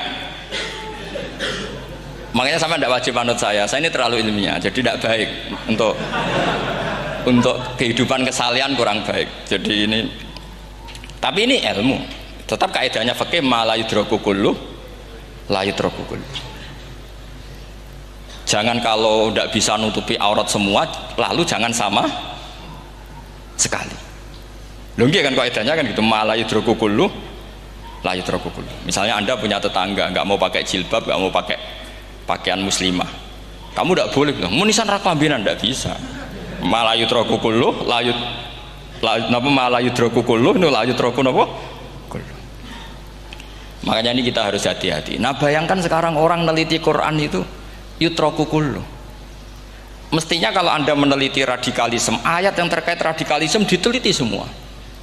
Ternyata di surat Taubat yang disebut suratus Saif yang bahkan haram baca bismillah, itu ada ayat wa in ahadum minal musyrikin nastajaroka fa'ajirhu hatta yasma'a kalam Allah summa ablighu ma'mana. Muhammad, kalau ada orang kafir mau belajar Quran sama kamu ya harus kamu pelajari hatta yasma'a kalam Allah. Setelah mereka mau belajar ya ablighu ma'mana summa ablighu ma'mana, kamu harus menjamin keamanan dia.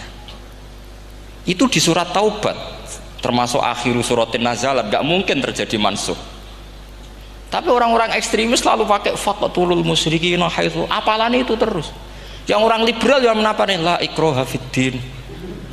Ya sudah seperti itu. Sing orang-orang ora tegas ora tau nahi mungkar, ya ma arsalnaka ila rahmatal lil alamin. Ngono terus. Yang kelompok tukang nahi mungkar ya ayatnya amen nahi mungkar. Saya tuh heran, kenapa mereka punya masalah dengan hafalan kayaknya. Kenapa sih hafalannya kok pedot itu? Kita yang hafal semua bingung jadi. Jadi akhirnya kita yang pinter anut sing goblok karena saya tuh pernah loh debat sama orang salah, debat gitu. Setelah saya mengutarakan sekian hadis, ada tuh Pak hadis itu, waduh, harusnya kamu ngaji saya, ada debat tuh yang level, kalau nggak level tuh nggak boleh kata gitu. Itu kan ngeri. Makanya ini penting ya, kalau sampean tanya ingin jadi alim tafsir ya harus hafal Quran semua. Kalau tidak mungkin yang nunggu orang semua mati baru Anda jadi ahli tafsir, karena tidak ada musuhnya. Tapi saya pastikan orang kafir pun bisa memahami Quran, yaitu tadi hatta yasma'a kalam Allah. Sayyidina Umar tuh masuk Islam tuh gara-gara dengar adiknya baca Toha ma anzalna alikal qur'ana litashqa illa tadhkiratal liman yakhsha tanzilam mimman khalaqal arda was samawati ula ar-rahmanu alal arsis tawa. Itu dia ma huwa bikalamil basar, tidak mungkin seperti ini karangan manusia, itu tidak mungkin. Akhirnya dia Islam.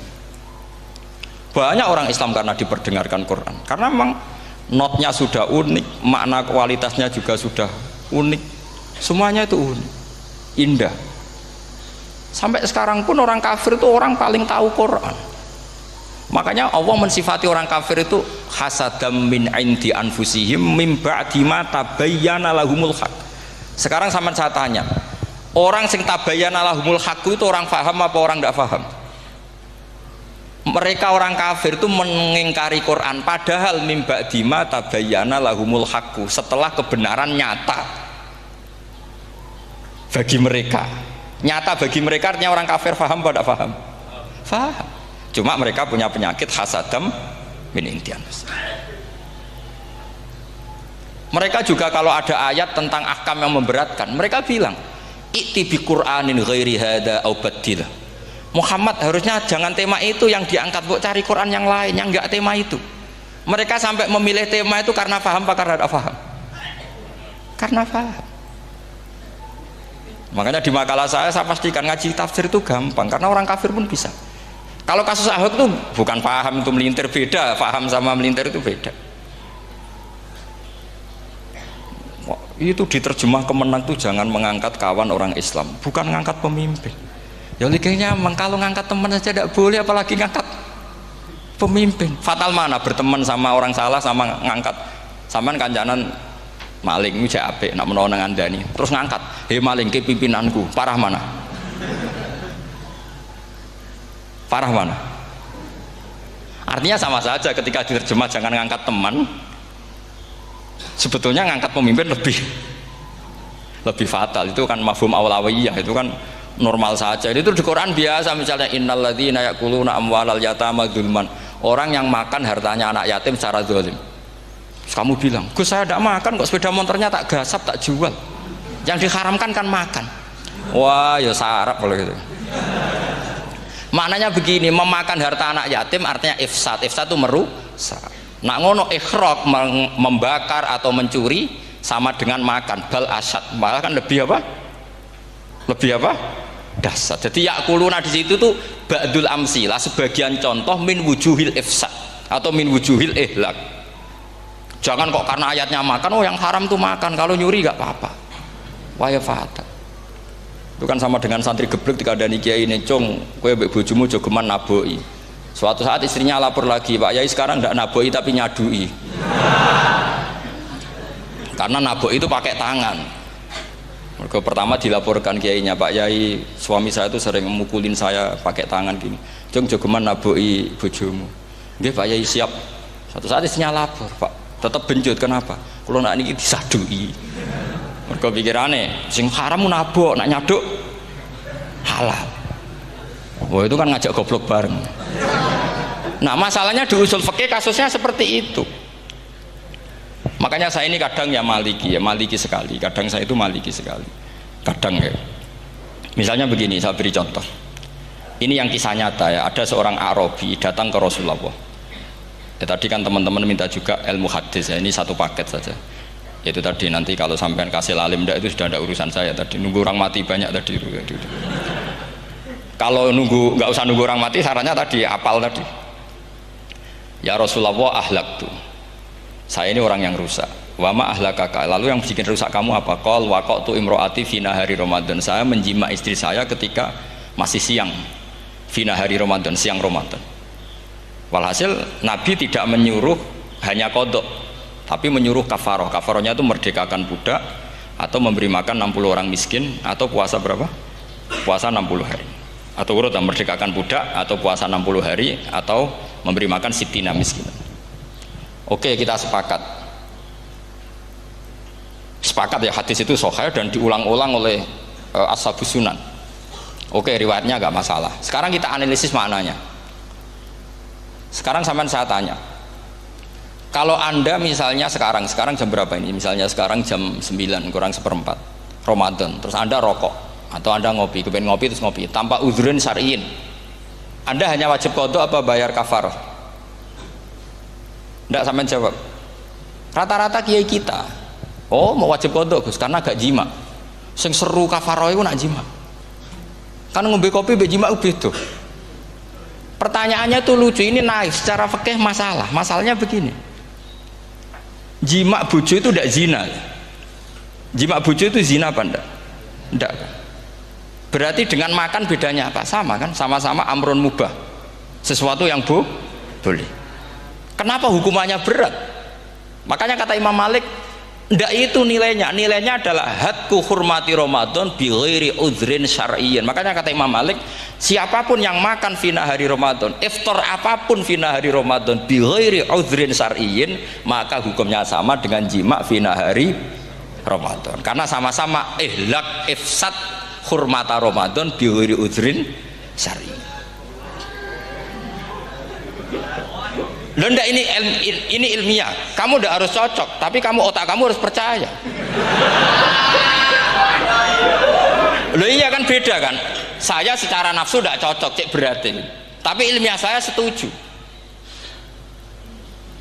Kalau kiai ngandani itu kan pasti pakai badul amsilah, kan nggak mungkin semua contoh disebut. Cong penak melaku jogo mandul wong wedok iku mari setan. Mboten delok Mbah, nyekel lho malah parah tuh. Nggak bisa. Makanya ini masalahnya lafat. Ini kembali ke Imam Syafi'i, bilisanin arabiyyim mubin. Ketika seorang kiai bilang cung jogeman delok cawe itu adalah mengungkapkan al-muharramat, bukan mentaksis yang haram itu hanya melihat.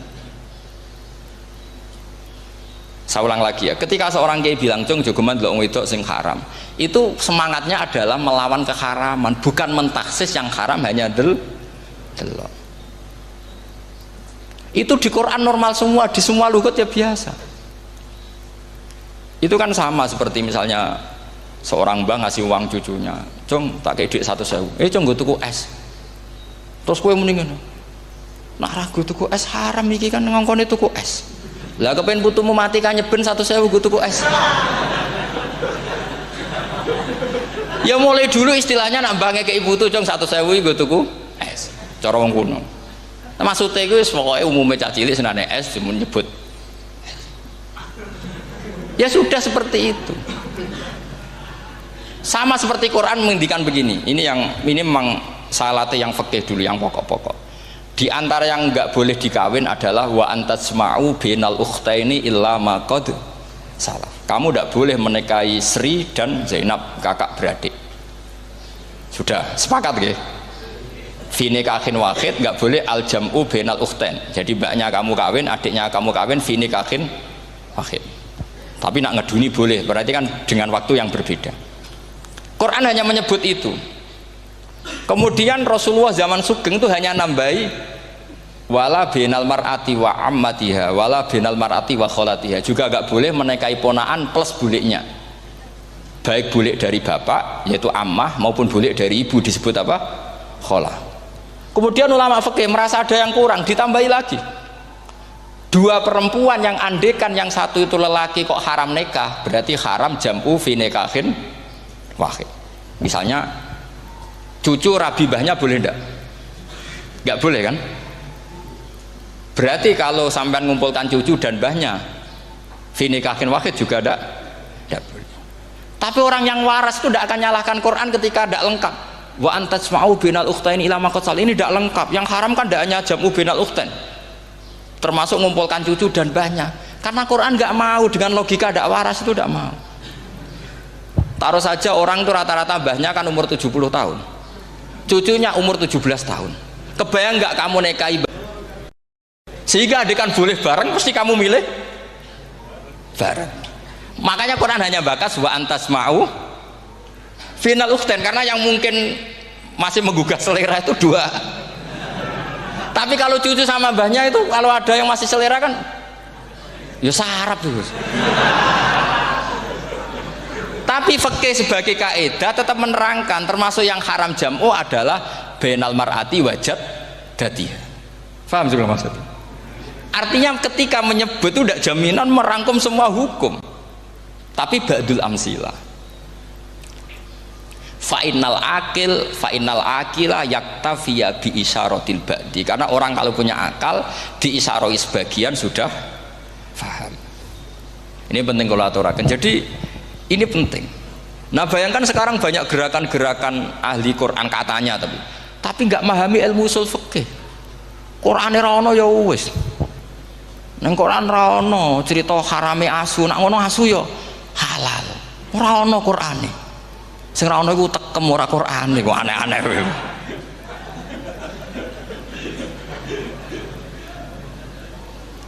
Itu kan sama. Terus sampean misalnya tadi jam 09.00 Ramadan tambah uzurin syariyin terus mangan mie rokokan, itu kan melecehkan Ramadan biwiri uzurin syariyin, karena melecehkan hurmata Ramadan kena sanksi separah itu. Jangan kamu terus bilang, tapi Nabi hanya bilang masalah jima fi nahari Ramadan. Jima istri itu hukumnya itu tidak zina, hukumnya itu mubah sama dengan makan. Ini cara madzhab Maliki, tapi kita alhamdulillah madzhab Syafi'i. Ya, itu masalahnya. Berhubung itu menguntungkan sami'na wa ata'na. Nah, itu. Tapi saya sendiri dalam konteks ini, saya itu ya sangat-sangat Syafi'iyah, sangat-sangat Syafi'iyah. Dalam banyak hal sangat-sangat Syafi'iyah. Tapi dalam banyak hal kadang-kadang saya ya Maliki. Nah, itu kan kalau sama tanya kenapa gitu, ya hikmahnya baca banyak saja. Karena yang Syafi'i itu ya karena bacanya hanya Syafi'i. Itu bukan fanatik, itu keterbatasan. Itu beda, ada apa itu namanya, ada fanatik, itu keterbatasan. Itu beda sekali. Jadi kita harus ngaji yang banyak. Saya itu termasuk utang ya sama Imam Syafi'i itu baca kitab Ar-Risalah. Itu kitab yang kadang satu ulama baca sampai 500 kali. Yaitu Imam Syafi'i itu dalam kitab Risalah itu begini, ini termasuk ulumul Quran yang paling penting. Muqaddimahnya begini, wan nasu sinfani min awalil amri, wan nasu sinfani. Ketika Rasulullah datang membawa Quran itu manusia hanya ada dua, al kuffar sing dari jenis ahli kitab dan kuffar dari jenis yang tidak ahli kitab. Bahkan tidak ada orang Islam zaman itu. Pertama Nabi jadi Nabi itu adakah pendengar yang Muslim? Kan tidak ada, semuanya ahli kitab. Makanya susah kalau Quran kamu analisis korbannya orang Islam tuh, kata Ibnu Umar tuh lucu. Dulu tuh mukhotobnya tuh orang kafir, jelas kuliah ayyuhal kafir. Ya ayyuhan nasu ubudu rabbakum alladzi khalaqakum. Jelas orang kafir. Karena orang Islam nggak mungkin dikhatabi ubudu rabbakum. Makanya Imam Suyuti kalau nafsir itu ngeper ubudu rabbakum wahiduhu. Tapi kalau mukhotobnya orang Islam dawimu alal ibadah atau dawimu alat tauhid. Karena dia tahu kalau mukhatamnya orang kafir ubudu ya masih wahidu. Kalau sudah Islam kok dikhitabi ubudu mudawamah alal ibadah. Itu saking alimnya Imam Suyuti. Ini saya teruskan.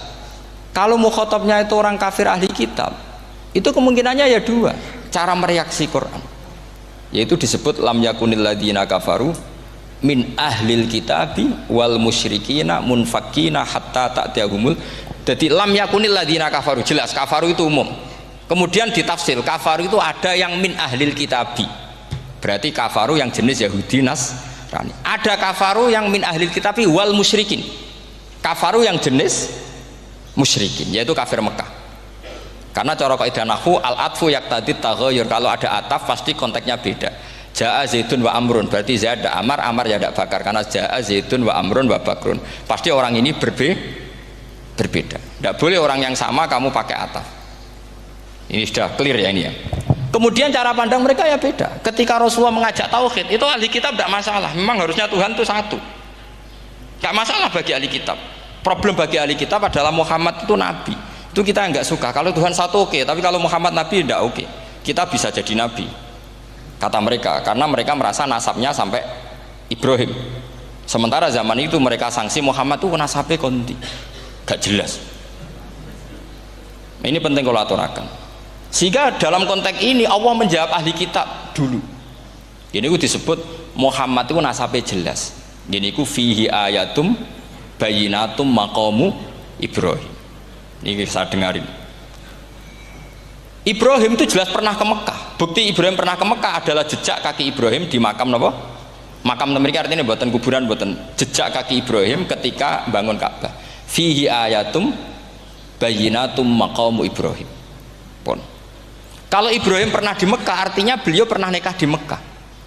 Paling tidak punya dzurriyyah di Mekah. Jadi Ismail dibawa ke Mekah. Jelas ayatnya wa id yarfa'u Ibrahimul qawaida minal baiti wa Ismail. Ini dengarin ya. Sebab itu saking alimnya berjanji itu beliau tahu betul masalah utama Rasulullah Muhammad adalah disangsikan nasabnya. Sebab itu kitab berjanji pertama cerita. Setelah dia alhamdulillah macam-macam awalu ma'anab tadi saat terus dia bilang wa ba'du fa'akul huwa Muhammad bin Abdillah bin Abdil Muttalib.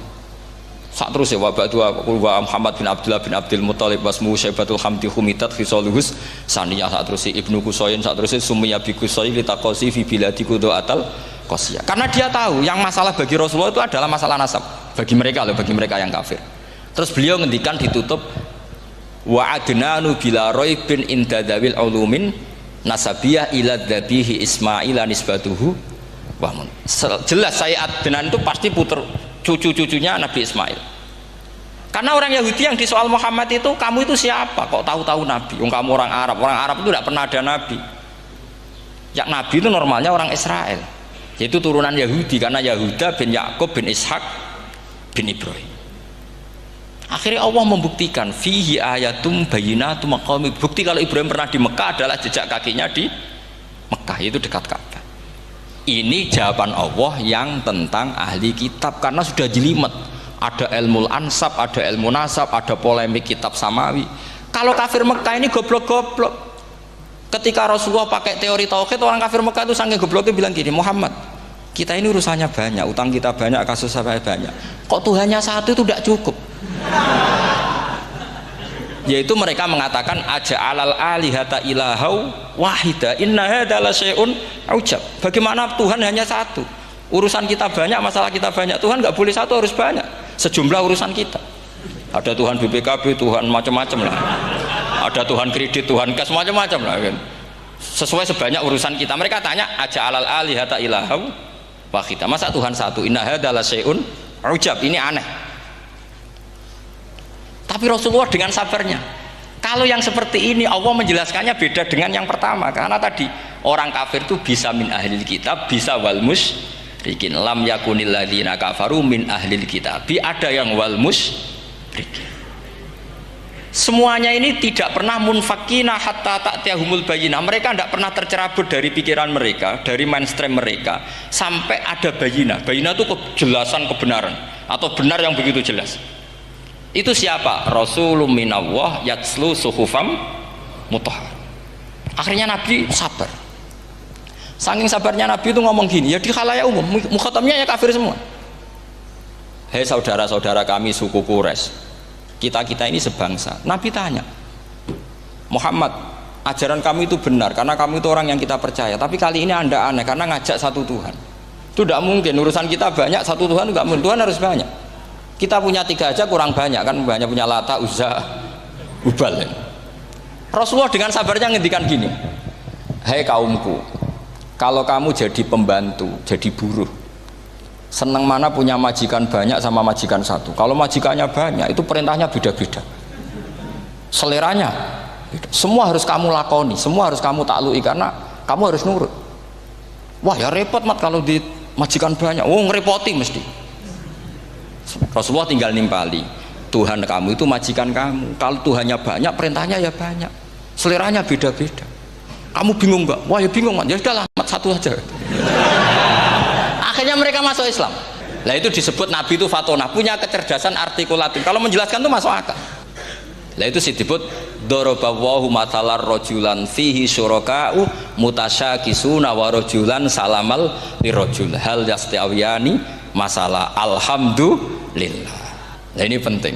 Allah membuat satu perumpamaan bagaimana ada satu pembantu yang punya majikan banyak, yang berbeda-beda seleranya, berbeda-beda perintahnya.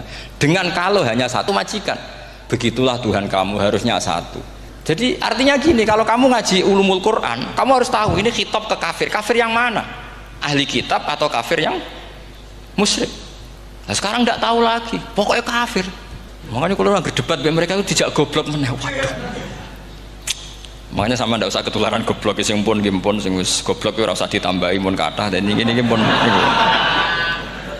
Ya karena kita ngaji jelas Qur'annya kan lam yakunil ladzina kafaru, itu masih ada min lil bayaniyah atau min li bayanil jinsi. Kafaru itu sapa? Siji min ahlil kitab, 2 kafaru sing wal musyrikin. Dua-duanya tidak pernah munfakina hatta ta'tiyahumul bayinah. Mereka tidak akan tercerabut dari pikirannya sehingga ada bayinah. Bayinah itu siapa? Rasulun minallah yatslu sufam. Nah ketika Nabi menjelaskan asal usul nasabnya bahwa Sayyid Adnan itu ila Ismail, Ismail jelas putra Nabi Ibrahim, mereka terus baru iman karena ada fihi ayatum bayinatum maqamun apa? Ibrahim. Karena kalau sampean iskal, misalnya saya iskal dengan ini kan malah membingungkan. Kalau kamu terkenal pinter iskal kita gobloke. Nah wis pinter kok iskal itu, jadi saya niru ilmunya Abu Nawas. Abu Nawas sudah bisa pidato, nggak bisa pidato, suatu saat dipaksa pidato sama khalifah itu. hei para hadirin, kamu pinter apa goblok? Lah mereka pinter, mau ngandani wong pinter, terus pinter kok ngandani gitu. Akhirnya hadirin itu kan karena seneng sama Abu Nawas tuh seneng. Ya sudah Abu Nawas, kalau gitu kita goblok. Aku mau mengambil wong goblok. Akhirnya terus wassalamualaikum warahmatullahi wabarakatuh. Jadi itu Abu Nawas juga bisa pidato, tapi dia tahu saja caranya menyelesaikan masalah. Jadi itu Abu Nawas. Jadi ya orangnya kacau tapi cerdas itu, makanya jadi guyonan.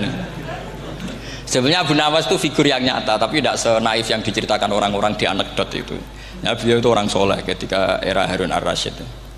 Tapi ya tadi karena banyak cerita yang macam-macam. Ya, Abu Nawas itu, makanya ini cerita anekdot. Jadi riwayatnya nggak jelas tapi lucunya jelas itu. Jadi itu. Dia itu mangkel punya tetangga profesor ahli astronomi. Adiknya aku mau iso omong tok. Abu Nawas mau pinter molak-malik omong kan masyhur itu, dia cerita hari Senin tanggal sekian lihat Abu Nawas di alun-alun mau terbang. Orang lihat semua itu Abu Nawas itu ya sudah di podium ya gitu-gitu tok. Kok nggak mau terbang-terbang? Ya mau itu ya tidak. Wassalamualaikum warahmatullahi wabarakatuh. Yang bilang Abu Nawas terbang siapa? Abu Nawas mau terbang. Yang namanya mau itu ya tidak.